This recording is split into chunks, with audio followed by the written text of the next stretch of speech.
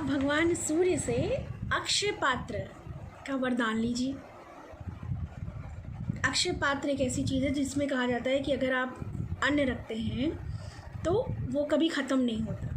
तो उन्होंने उनको प्रसन्न किया और उनसे वरदान लिया अक्षय पात्र का, जिसमें रखा हुआ अन्न कभी ख़त्म नहीं हुआ और उन्होंने सबका पालन पोषण किया। तो हमारे लाइफ में भी कभी कभी देखो रिसोर्सेज की ज़रूरत होती है। कभी कभी हमारी लाइफ में भी हमें लगता है कि हमारे पास फिज़िकल एबिलिटी नहीं है, हमारे पास अपॉर्चुनिटीज़ नहीं है, हमारे पास धन नहीं है, हमारे पास रिसोर्सेज नहीं उतने जितने हमें चाहिए। तो आज के दिन अगर आप उसके प्रति कुछ भी आप एक्शन प्लान है आपके पास, आप करना चाह रहे हैं, कोई बिज़नेस करना चाह रहे हैं, या आज के दिन आप किसी भी ऐसे किसी काम का आप कुछ बहुत टाइम से सोच रहे हैं कि मुझे करना चाहिए, मुझे एक सोशल मीडिया पे आके अपनी बात रखनी चाहिए, या अपने जो भी आपका काम है, अगर आप काम लोगों के साथ कनेक्ट करना चाहते हैं, या कोई नया काम की शुरुआत करना चाहते हैं, या आप कुछ सोच रहे हैं, आपके पास प्लानिंग है, एक एक्शन प्लान है, पर एक्शन लेने की ज़रूरत है, तो आज का दिन बहुत शुभ होता है। डेफिनेटली आपको उसमें सफलता मिलेगी। और तीसरी कथा भी महाभारत से ही है कि जब सब महाभारत और ये वो सब कुछ हो गया, तो जो हमारे वेद व्यास जी थे जिन्होंने महाभारत की रचना की, तब जब उन्होंने सारी घटनाओं को पूरे तरह से अपने मन में सेट कर लिया और वो सारी चीज़ों से संतुष्ट हो गए, तब उन्हें कोई ऐसा एक उचित पात्र चाहिए था जो अब उसको एक रिटर्न फॉर्म में दे सके, जो उसको लिखित उसमें कर सके, उस ग्रंथ की रचना कर सके।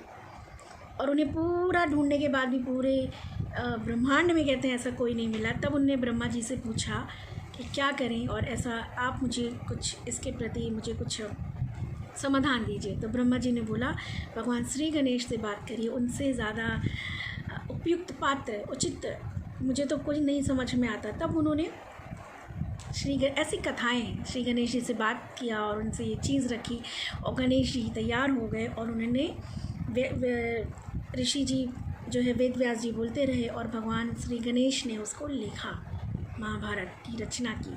और सबको पता है, और आज ही का दिन था जब उन्होंने ये शुरुआत की थी, और सबको पता है कि कैसे कैसे श्लोक, कैसे कैसे उसमें पंक्तियां हैं, है ना, कैसे कैसे सीक्रेट कोड है उसके अंदर, कितना कैसे कैसे एकदम उसके अंदर अर्थ है, एक एक श्लोक वेद व्यास जी का लिखा हुआ।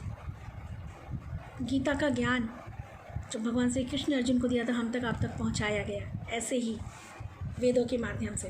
अक्षय तृतीया के दिन ही उसका शुभारंभ हुआ था। और आज आप देख लीजिए, अगर आप लोगों में से कुछ लोगों को भी पढ़ने की आदत है, अगर आप अपने धर्म ग्रंथ पढ़ते हैं तो आपको पता होगा, आप जानते होंगे, जो नहीं जानते थोड़ा बहुत पढ़ना शुरू कर दीजिए।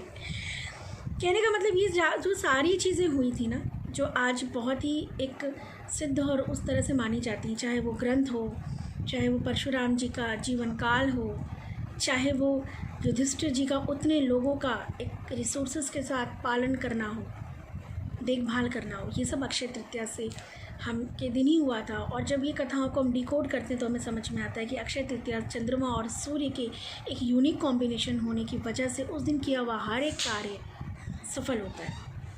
इंटेंशन सही होनी चाहिए। और ये सारे, चाहे आप फिज़िकल एबिलिटी की बात करें, मेंटल करें, आप धन की बात करें, वह सब कुछ ज़रूरी है। आपका स्वास्थ्य भी ज़रूरी है, पैसा भी ज़रूरी है, मान सम्मान भी ज़रूरी है। पैसा बहुत है, स्वास्थ्य भी है, सब कुछ है, कहीं कोई जानने मानने वाला ही नहीं, पहचान ही नहीं, कहीं सम्मान ही नहीं, कितना आप बार बार हर्ट होते रहेंगे।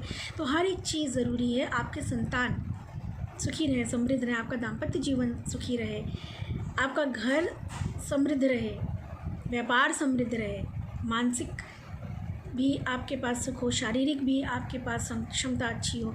ऐसा भगवान सूर्य और चंद्रमा से आज के दिन आपको प्रार्थना करनी चाहिए, उनकी उस एनर्जी को रिसीव करना चाहिए और अष्टलक्ष्मी की पूजा करनी चाहिए।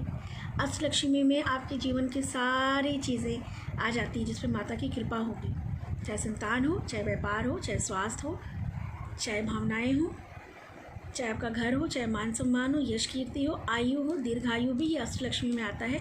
तो आप लोग आज के दिन दान पुण्य भी करिए, अपने पितरों के नाम से करिए, अपने लिए करिए। आज का किया हुआ दान भी बहुत फलित होता है। आज का किया हुआ कोई भी शुभ कार्य में भी सफलता मिलती है। अष्टलक्ष्मी की कृपा हो आपके ऊपर, भगवान सूर्य और भगवान चंद्रदेव दोनों की कृपा हो आप पे और आपके परिवार पे। आप लोग सुखी रहें, समृद्ध रहें, स्वस्थ रहें, मस्त रहें। Happy Akshaya Tritiya once again. नमः शिवाय।